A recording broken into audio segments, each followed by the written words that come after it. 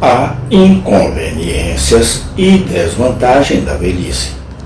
Parte 16, dia 5 de fevereiro de 2026.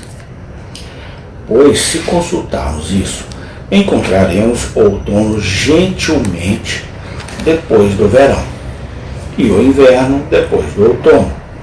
E a morte é tão natural depois da velhice.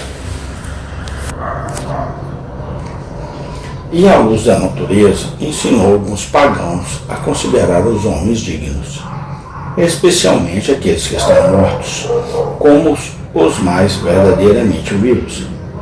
Pois, enquanto vivemos neste mundo, a alma está aprisionada ao corpo e é posta em liberdade pela morte. Assim, Ciro discursa aos seus filhos em seu leito de morte. Não pensem, meus filhos, que os deixarei completamente e estarei perdido quando morrer. Talvez vocês nunca me vejam, nem agora venha a parte mais essencial de mim. Nem nunca viram. Somente pelas minhas ações vocês acreditaram que ela estava neste corpo. E quem viverá fora deste corpo, bem como nele? E se os pagãos desprezam tanto a morte, então que noção nós cristãos devemos ter dela? Que podemos enxergar mais claramente além dela? A morte é chamada de adormecer. E o que é mais bem-vindo para uma pessoa idosa do que um sono profundo? Resumidamente.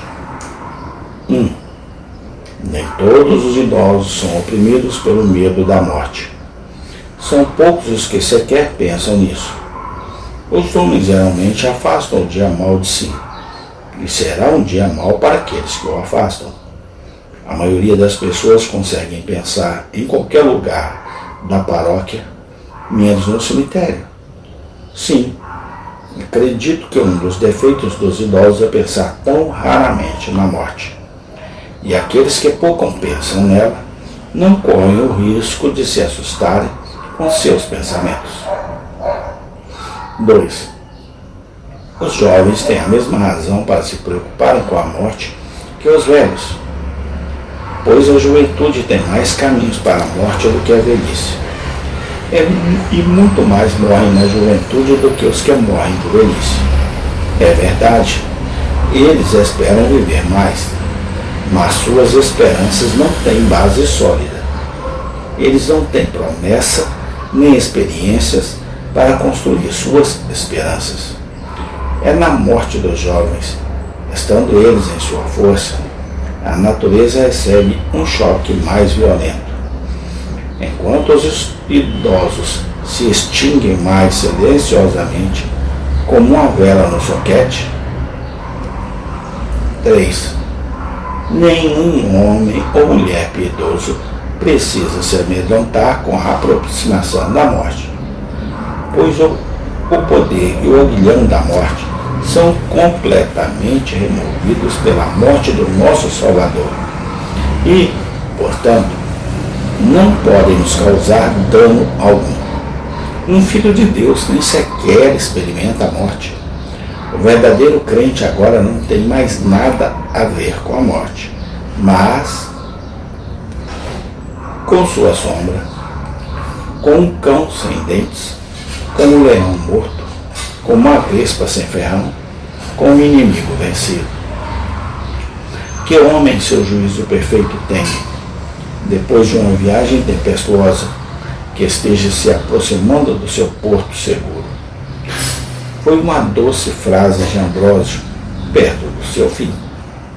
Não vivi de tal maneira que me envergonhe de viver entre vocês. Nem tenha medo de morrer indo para um mestre tão bom. Os despreparados e os ímpios podem temer a morte. Como Aristipo disse aos marinheiros perversos que tremiam em uma tempestade: vocês podem muito bem estar com medo, indo receber seu justo castigo, mas, esperando minha recompensa na próxima vida, eu não sou da morte de forma alguma. Mas agora, quando o homem colocou sua casa e seu coração em ordem e terminou seu trabalho, ele pode morrer com conforto e dizer como aquela mulher sagrada: sou alguém que não deseja a morte, nem teme seu poder, mas tão alegre quanto alguém que está a caminho do céu. Amém. Tem continuação. Obrigado a Deus. Amém.